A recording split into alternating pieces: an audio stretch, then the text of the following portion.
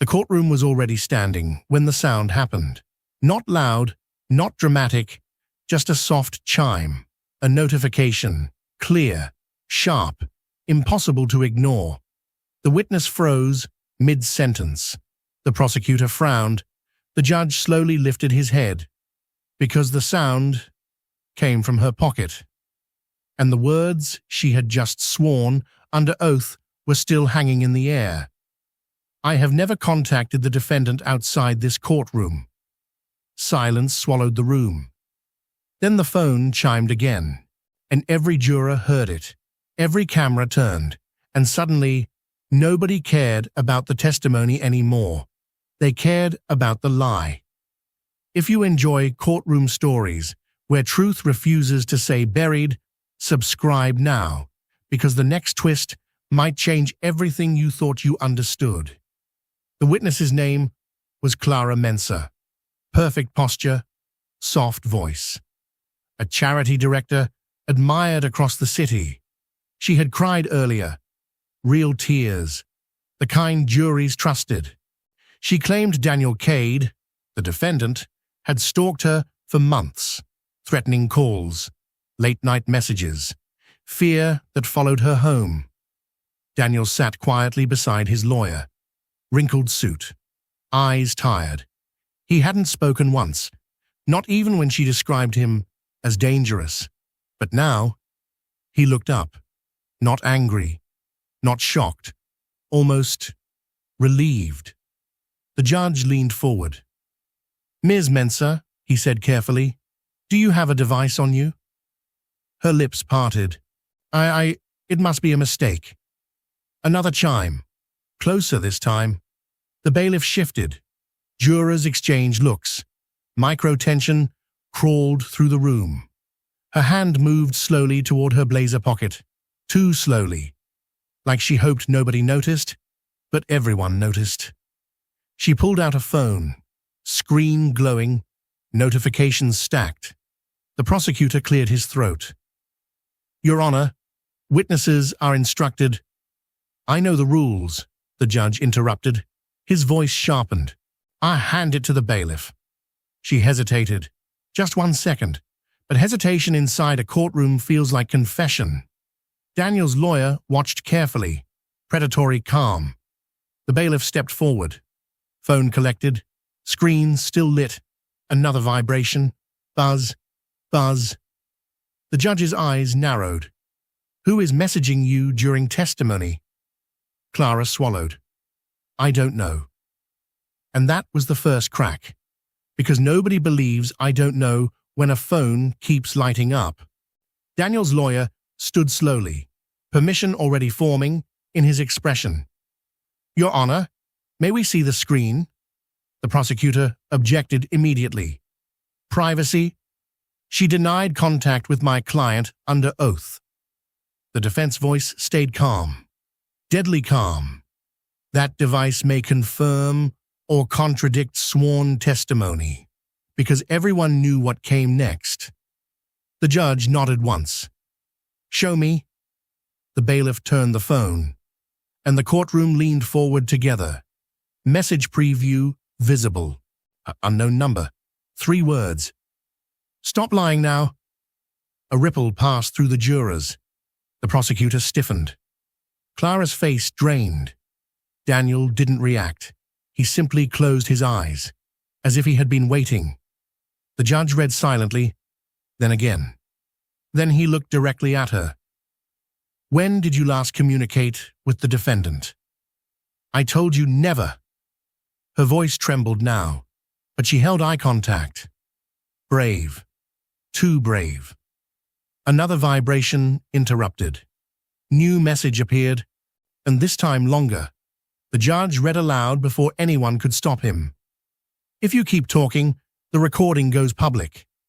Gasps echoed. The prosecutor stood halfway. "Your Honor." But damage had already begun.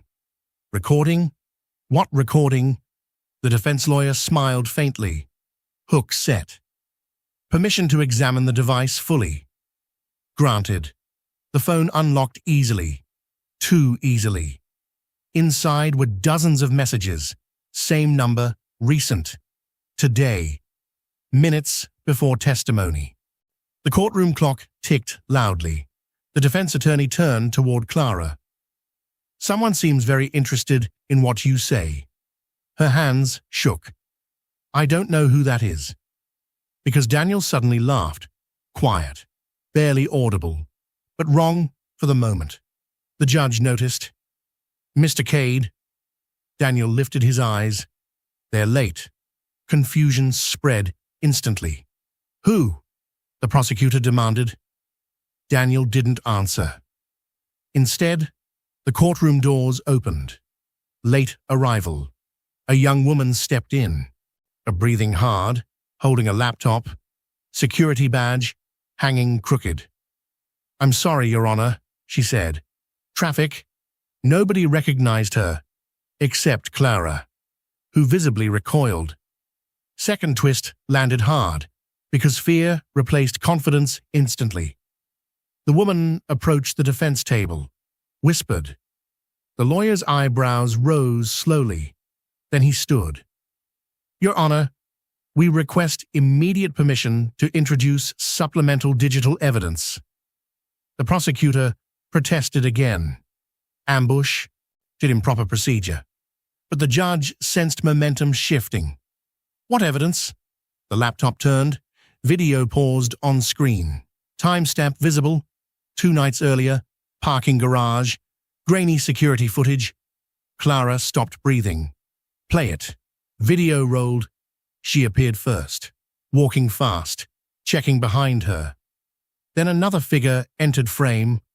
Daniel, alive, unrestrained, talking calmly, not threatening, not stalking, talking. For nearly 20 minutes. Jurors leaned forward. Because this wasn't harassment. It looked like negotiation. The prosecutor's face tightened. Clara shook her head wildly.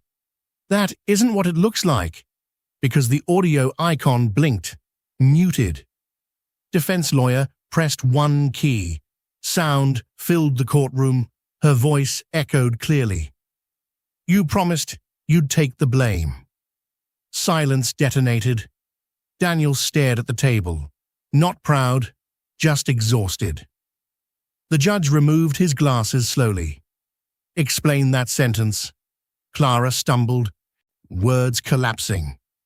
It was taken out of context, but context arrived immediately. Another clip, another angle, her voice again. If they investigate the charity accounts, we're both finished. Gasps again. Third twist, the entire case tilted. The stalking accusation suddenly looked different. The prosecutor realized it first. Sweat appeared at his temple. Daniel's lawyer stepped closer. Ms. Amensa, were you attempting to coerce my client into accepting responsibility for financial misconduct? No. Too fast, too loud. Because the phone vibrated again on the judge's desk. Everyone jumped. Another message. Judge read silently. His expression changed. Slowly, dangerously. Bailiff, he said. Trace this number immediately. Minutes passed heavy and thick. Jurors whispered. Daniel watched Clara. Not cruelly, almost sadly. Then the doors opened again. Police officer entered, whispered into bailiff's ear. Paper handed over. Judge read, and leaned back. Well, he said quietly, this becomes more complicated. Because the number sending messages, registered to a prepaid device, purchased that morning, using Clara's charity credit card. Shock rippled again. Her mouth opened, closed. No, someone framed me. But nobody moved. Nobody believed.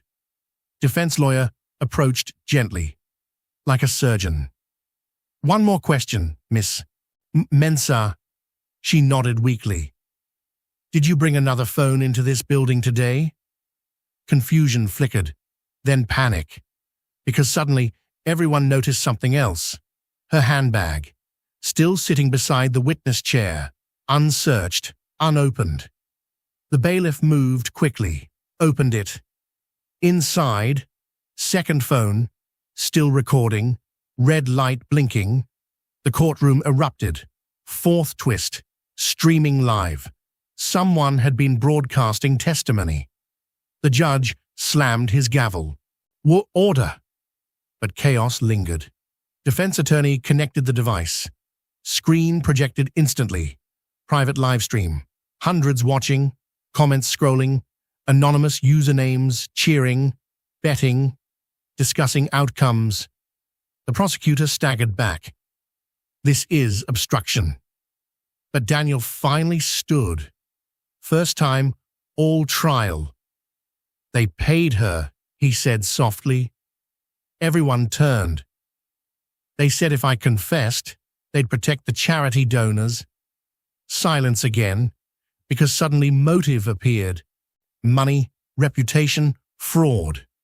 The young tech woman typed rapidly. Your Honor, messages recovered from the live stream server.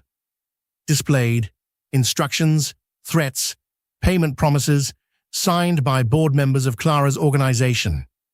Jurors stared openly now, trust shattered, because Clara began crying again. Harder this time, real tears. I didn't mean for this. The judge's voice softened slightly. Then tell the truth.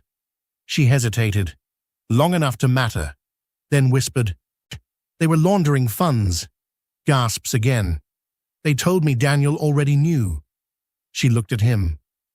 I thought he'd cooperate. Daniel shook his head slowly. I refused. Fifth twist. She collapsed into confession. Phone messages confirmed coordination. False police reports, scripted testimony, the stalking accusations, manufactured leverage. But one question remained. The judge leaned forward. Who sent the warning messages during testimony? Everyone looked at the glowing phone. Unknown number, still active. Buzz. Another text appeared. Single sentence. I told you to stop. The courtroom froze again. Because the sender called, incoming call, speaker activated. Breathing filled the room. Then a voice. Male. Calm. You weren't supposed to let them see the second phone. Police traced instantly. Location pinged. Outside courthouse, running. Sirens erupted. Windows rattled. Jurors stood. Daniel sat slowly again, as if weight finally lifted. Minutes later, officers returned, dragging a man inside. Board chairman, charity founder, face pale, livestream mastermind. Final twist landed, because he stared directly at Clara, not angry, disappointed. You were supposed to finish it. Her sob broke completely. The judge ended proceedings immediately. Perjury charges ordered. Fraud investigations opened. Daniel's cuffs removed quietly. No celebration, just silence. He walked past Clara, paused once. You could have told the truth, he said. She didn't answer. Outside, the courthouse cameras exploded with questions. But inside, the judge remained seated long after everyone left, holding the phone, thinking about a simple sound. A notification. Small, ordinary, almost forgettable. Except it saved a man's life. Because sometimes justice doesn't arrive through speeches or dramatic confessions. Sometimes it arrives as a chime from the wrong pocket, and someone finally decides to listen.